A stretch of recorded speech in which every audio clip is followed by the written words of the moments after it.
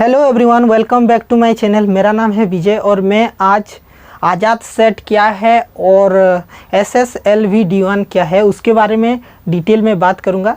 तो सबसे पहले मैं अगर बात करूं तो हमारे देश को 75 ईयर कंप्लीट हो चुके हैं आज़ाद हुए। तो इस अवसर को धूमधाम से मनाने के लिए और भी रोमांचक करने के लिए हमारे जो इसरो है, इंडियन स्पेस रिसर्च ऑर्गेनाइजेशन, तो उसने एक मिशन प्लान किया था। उस मिशन में क्या था कि उस मिशन में एक आज़ाद सेट नामक सेटेलाइट को बनाना था और उस सेटेलाइट को SSLV D1 नामक एक सेटेलाइट लॉन्च व्हीकल से लॉन्च करके अर्थ के ऑर्बिट तक पहुंचाना था। तो वहाँ पर ये जो सेटेलाइट है आज़ाद सेट, ये और इस मिशन को और रोमांचक करता है। इस मिशन को इसीलिए और रोमांचक करता है क्योंकि इस सेटेलाइट को बनाने के लिए हमारे देश के जो 75 स्कूलों से गिने चुने छात्रियां थी, उन छात्रियों को बुलाया गया था, इस मिशन में इन्वॉल्व किया गया था। और उनमें से उन 75 स्कूलों के छात्रियों में से 750 जो गर्ल स्टूडेंट थी वो इस सेटेलाइट को बनाई थी। यहाँ पर डिफरेंट टाइप के कंपोनेंट्स लगे हुए थे, यहाँ पर डिफरेंट टाइप के सेंसर लगे हुए थे, यहाँ पर अपने आप को सेल्फी खींचने वाला कैमरा लगे हुए थे, यहाँ पर स्पेस में जाकर ये अपने आप के सेल्फी खींचता और हमको धरती तक पहुँचाता। तो ऐसे कुछ कंपोनेंट्स लगे हुए थे। ये बहुत, इसको बनाने के लिए भी बहुत ज़्यादा मेहनत लगी होगी। ये बेसिकली 8 केजी का था, 8 केजी का था।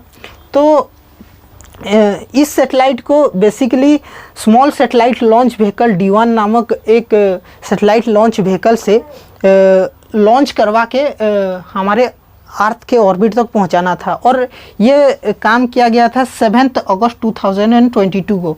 तो ये मिशन उतना सक्सेसफुल हो नहीं पाया जितना होना चाहिए था। तो क्या वजह थी, क्यों ऐसा हुआ? तो सबसे पहले अगर मैं बात करूं तो ये SSLV D1 इसका पहला उड़ान था आज़ाद सेट के साथ, और उसके साथ और एक सेटेलाइट था, मतलब अर्थ ऑर्बिटल सेटेलाइट था।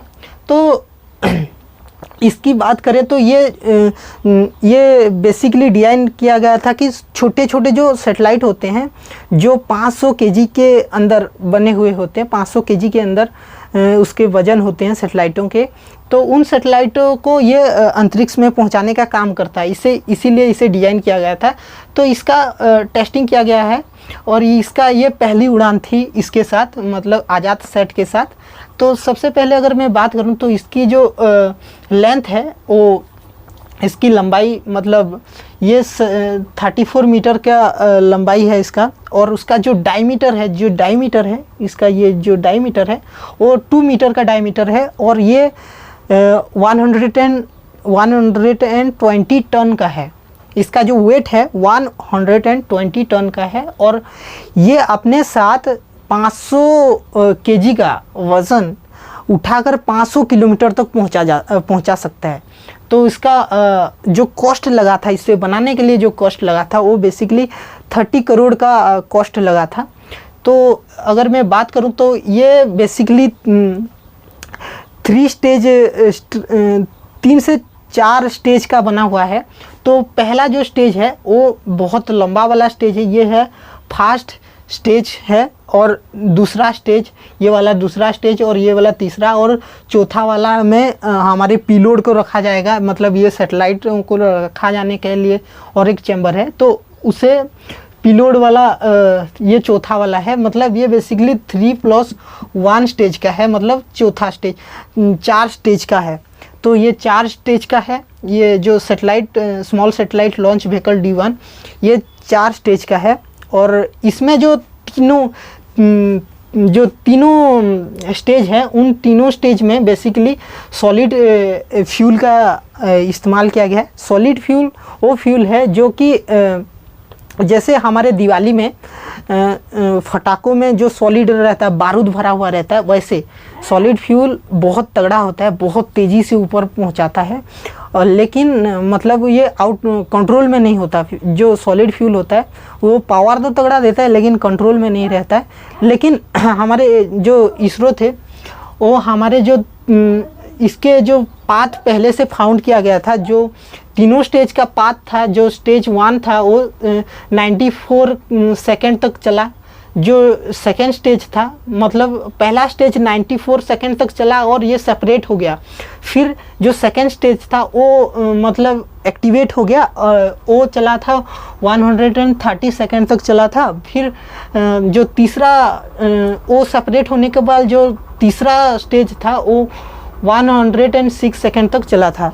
तो हमारे जो ये तीनों स्टेज थे सक्सेसफुली सेपरेट हुए और एक्टिवेट भी हुए थे और बहुत सही से चल रहा था, सब कुछ सही से चल रहा था। और ये बेसिकली कार्बन लाइन को पार कर चुके थे। कार्बन लाइन वो लाइन होता है जो कि हमारे मतलब स्पेस, जहाँ से हमारा स्पेस स्टार्ट होता है, मतलब यहाँ से लगभग 80 किलोमीटर के ऊपर पहुँच चुका था ये जो हमारे SSLV D1 हमारे 80 किलोमीटर या फिर 83 किलोमीटर, कुछ देशों में 80 किलोमीटर मानते हैं उसे और कुछ देशों में उसे 83 किलोमीटर के ऊपर का जो स्पेस है, वो वहाँ से जो स्पेस स्टार्ट होता है उसे हम कार्बन लाइन कहते हैं।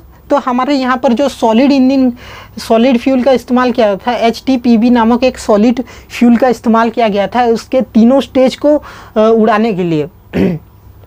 और जब ये सेपरेट हो गई तो हमारे चौथा स्टेज का पहले से ही मतलब कैलकुलेशन करके फाइंड किया गया था कि ये 20 सेकंड तक चलने वाला है।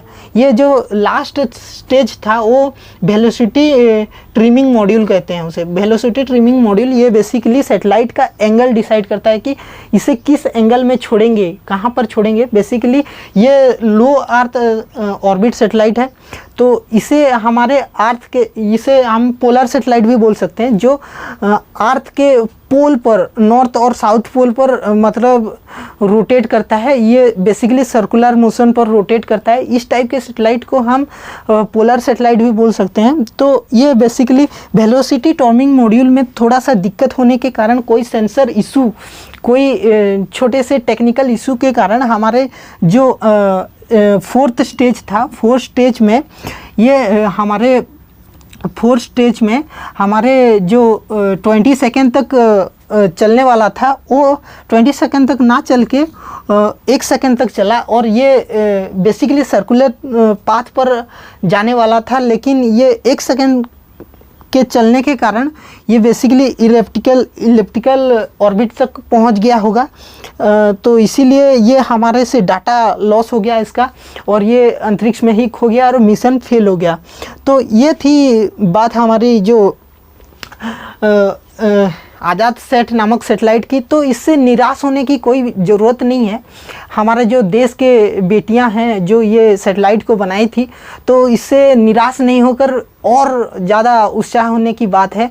जैसे हमारे जो PSLV भी हमारे जो पहले उड़ान था उसका, वो भी उतना सक्सेसफुल नहीं हुआ था। तो हमको और कोशिश करनी पड़ेगी और हमको टेक्नोलॉजी में आगे बढ़ना पड़ेगा, और हमें SSLV को भी और ज़्यादा तगड़ा करना पड़ेगा। क्योंकि हमें ये SSLV जो है ना, SSLV हमारे जो SSLV है उसे 72 आवर में बनाया जा सकता है। उसको असेंबल करने के लिए 72 आवर लगता है, क्योंकि इसे 72 आवर मतलब 3 दिन का समय लगेगा इसे अगर हम असेंबल करेंगे। तो इसे असेंबल करने के लिए 6 से 7 इंजीनियर ही काफ़ी हैं। जो बड़े बड़े रॉकेट होते हैं वहाँ पर बहुत ज़्यादा इंजीनियर आते हैं, बहुत ज़्यादा टाइम लगता है, 3-4 महीने के टाइम होता है। PSLV, GSLV 3 ये सारे को बनाने के लिए बहुत ज़्यादा टाइम लग जाता है। सैटेलाइट को अंतरिक्ष तक पहुंचाने के लिए बहुत ज़्यादा वेटिंग लिस्ट लगा रहता है। तो ये इसे हम मतलब 6 से 7 आदमी भी इसे बना सकते हैं, मतलब जो इंजीनियर हैं 6 से 7 इंजीनियर भी इसे बना सकते हैं। और इसे हर हफ्ते एक सैटेलाइट इससे उड़ान भरा सकते हैं और अंतरिक्ष तक पहुंचा सकते हैं। हमारा ये फेलियर नहीं है, ये मतलब हमारा सक्सेस का पहला स्टेज है। हम इसे और तगड़ा बना सकते हैं, इससे और अच्छा बना सकते हैं, और हम दिखा सकते हैं कि हम इंडियन कितना अच्छे सैटेलाइट लॉन्च व्हीकल बना रहे हैं। और हमारे जो ये देश की जो बेटियां इसे बनाई थी आज़ाद सेट को, तो उन्हें भी निराश होने की कोई ज़रूरत नहीं है। उन्हें और काम करना चाहिए। बेसिकली हमारा जो भारत सरकार थे वो इस टाइम में सिर्फ लड़कियों को क्यों चुना, क्योंकि उन्हें लड़कियों को भी विज्ञान के प्रति आग्रह बढ़ाने के लिए और साइंस टेक्नोलॉजी, जैसे कि लड़कियां भी अपने आप को कमज़ोर ना समझे, अपने आप को मतलब हम भी कोई हैं ऐसे कुछ फीलिंग्स के साथ आगे बढ़ें, और ऐसे इस भावना को बढ़ाने के लिए हमारे जो मोदी जी थे, हमारे 75 स्कूलों से जो छात्री को लाए थे, उन छात्रियों ने इस सैटेलाइट को बनाया था। तो उन्हें कोई निराश होने की बात नहीं है। और हमारे जो इसरो का इतिहास था, बहुत तगड़ा इतिहास था। इसरो भी ऐसे सक्सेसफुल नहीं हुआ। पहले हमारे देश में सबसे पहला जो रॉकेट था वो बेसिकली नारियल के पेड़ के नीचे से फायर किया गया था और लॉन्च किया गया था। और आज हमारे पास है PSLV, GSLV और GSLV 3, और ये नया वर्जन आ गया SSLV D1। तो और भी ज़्यादा टेक्नोलॉजी में बढ़ाई करेंगे आगे। बहुत बड़े बड़े टीवी रहते थे, आज छोटे छोटे टीवी आ गए, बहुत ज़्यादा पतले टीवी आ गए। तो इस तरह से पहले बड़े बड़े रॉकेट का इस्तेमाल करते थे, आज छोटे छोटे रॉकेट में मतलब हम सारे सैटेलाइटों को ऊपर लाने की कोशिश करेंगे। तो अगर ये लेक्चर आपको बहुत अच्छा लगा तो लाइक कर दीजिए, शेयर कर दीजिए अपने दोस्तों के साथ, और चैनल पर नए हो तो चैनल को प्लीज़ सब्सक्राइब कर दीजिएगा। और जय हिंद, मिलते हैं और एक वीडियो में।